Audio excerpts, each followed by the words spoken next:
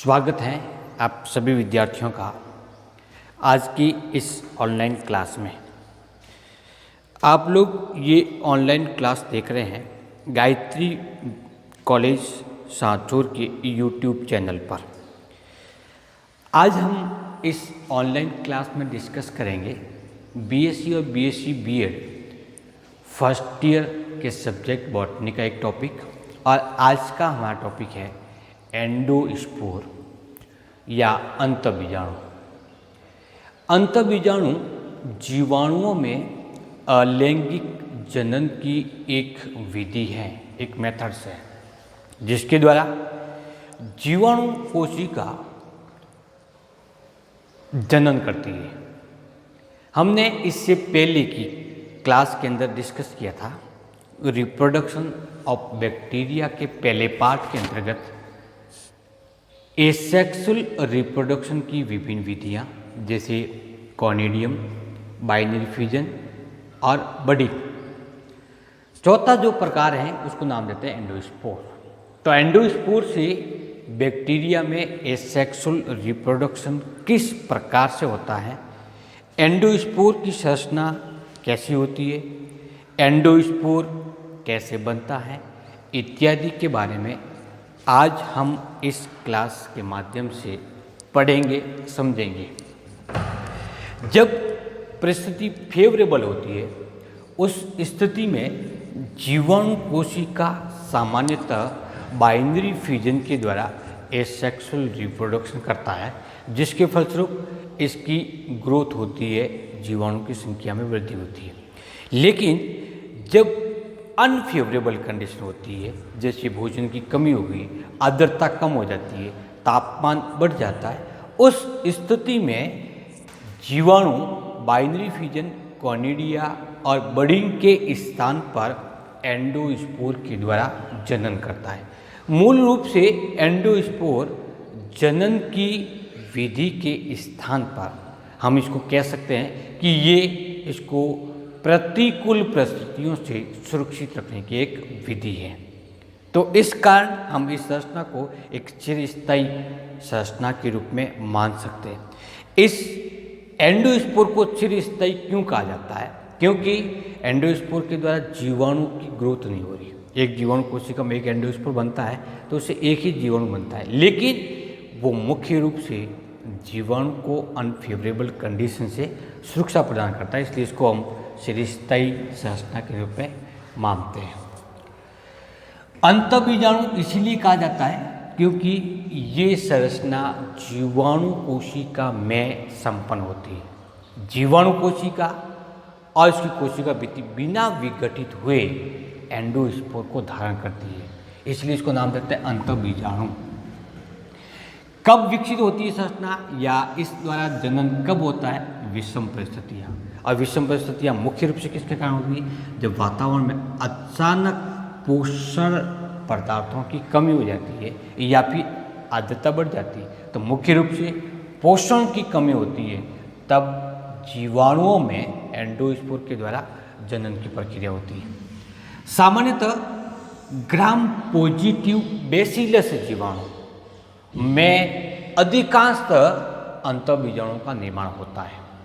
गोलाणु और अन्य प्रकार के बैक्टीरिया में एंडोस्पोर का निर्माण नहीं होता, लेकिन फिर भी कोई अपवाद हैं, जैसे सार्सिनी लूटिया और डी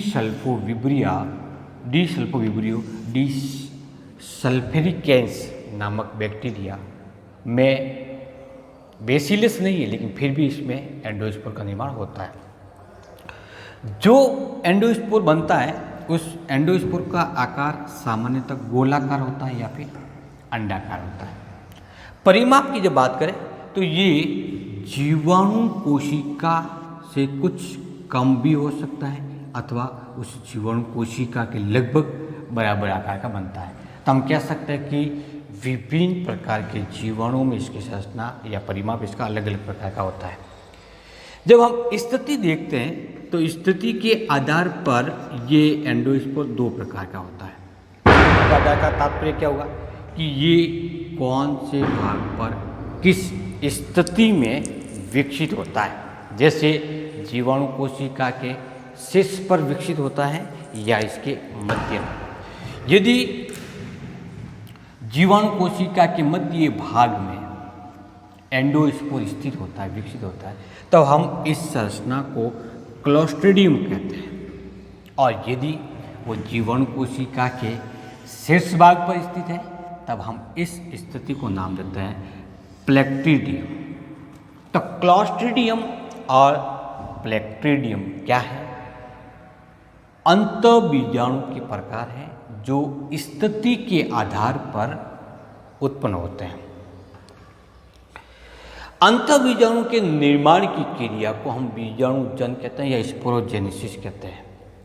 तो ये स्पोरोजेनेसिस प्रोसेस लगभग 18 से लगा कर के 20 घंटों में कंप्लीट होती है।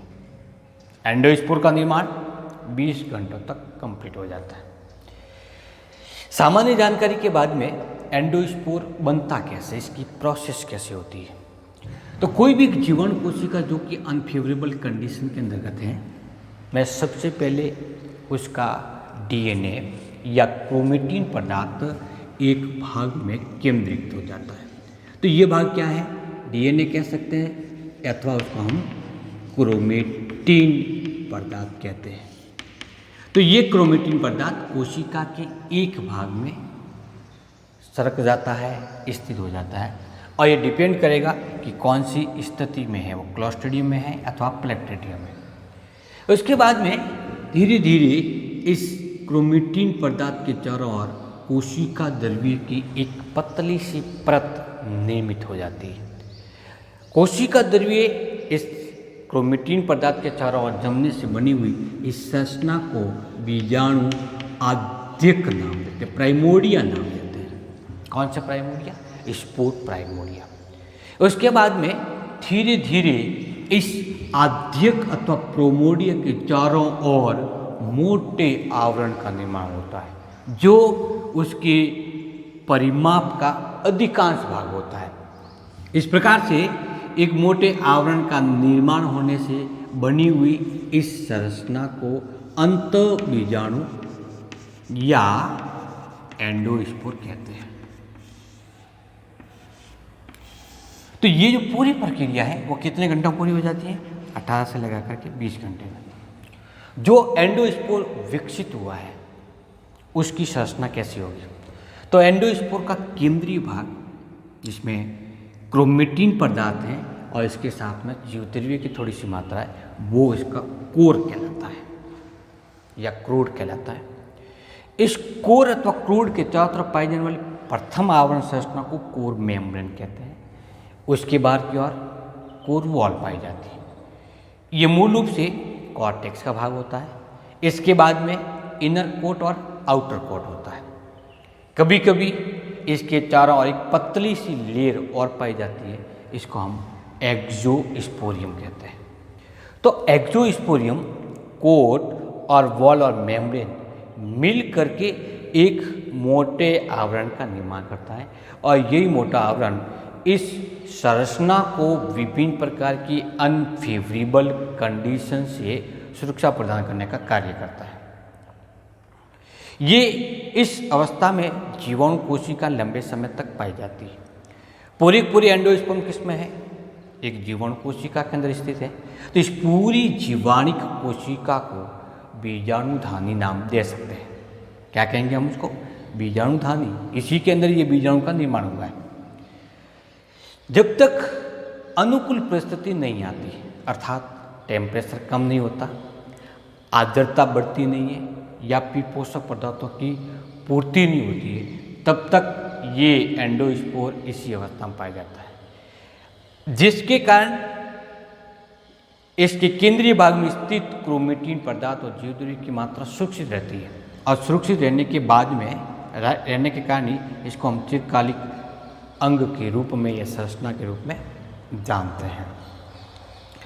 अब जैसी अनुकूल परिस्थिति आएगी उस स्थिति में एंडोस्पोर इस जीवाणु कोशिका से बाहर आएगा। बाहर कैसे आएगा? सबसे पहले जल का अवशोषण करेंगे, तो अवशोषण करने के कारण यदि आकार बढ़ेगा, फलस्वरूप जीवाणु कोशिका की भित्ति फट जाती है। जैसी जीवाणु कोशिका टूटती है, टूटते ही क्या हुआ, एंडोस्पोर बाह्य वातावरण में मुक्त हो जाता है। इसके बाद में इसकी आवरण भित्ति टूटने के बाद में इस जीवाणु द्रव्य के चारों ओर नई कोशिका भित्ति निर्मित होगी। फलस्वरूप एक क्रोमेटिन या क्रोड क्षेत्र होता है, वो जीवाणु कोशिका के रूप में कार्य करना प्रारंभ कर देता है। इस प्रकार से इस एंडोस्पोर का अंकुरण लगभग 4 से लगा करके 5 घंटों में कंप्लीट हो जाता है। इस एंडोस्पोर का निर्माण तो होता है 18 से 20 घंटों में, लेकिन अंकुरण की जो ये प्रक्रिया है वो कितने घंटों में पूरी हो जाती है, 4 से लगा करके 5 घंटों में।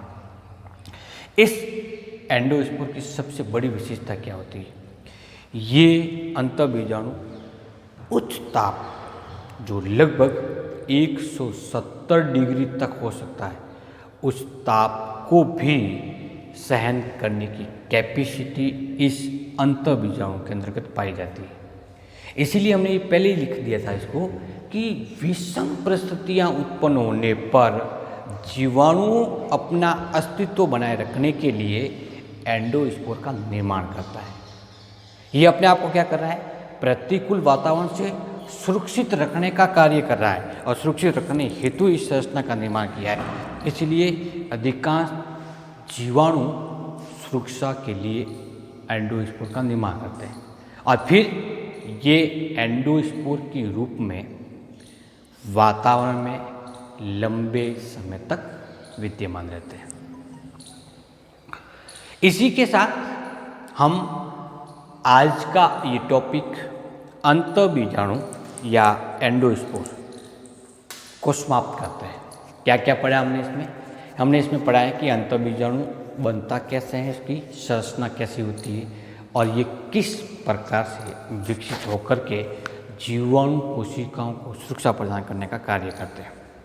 आज के इस टॉपिक में एसेक्सुअल रिप्रोडक्शन के एंडोस्पोर को प्रति एसेक्सुअल रिप्रोडक्शन जो जीवाणु कोशिका में होता है वो कंप्लीट हो गया।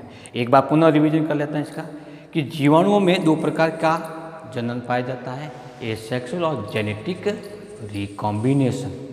एसेक्सुअल रिप्रोडक्शन के अंतर्गत कॉनिडिया के द्वारा, अंतःबीजाणु द्वारा, मुकुलन द्वारा और बाइनरी फिजन के द्वारा, द्विविखंडन के द्वारा जनन की प्रक्रिया संपन्न होती है। इसमें से यदि प्रतिकूल परिस्थिति है तो सामान्य तौर पर एंडोस्पोर बनता है और यदि अनुकूल परिस्थितियाँ होती है तो उसी स्थिति में बाइनरी फ्यूजन के द्वारा जनन की प्रक्रिया संपन्न होती है। नेक्स्ट क्लास में हम डिस्कस करेंगे जेनेटिक रिकॉम्बिनेशन किन किन प्रक्रियाओं के द्वारा संपन्न होता है। Thank you.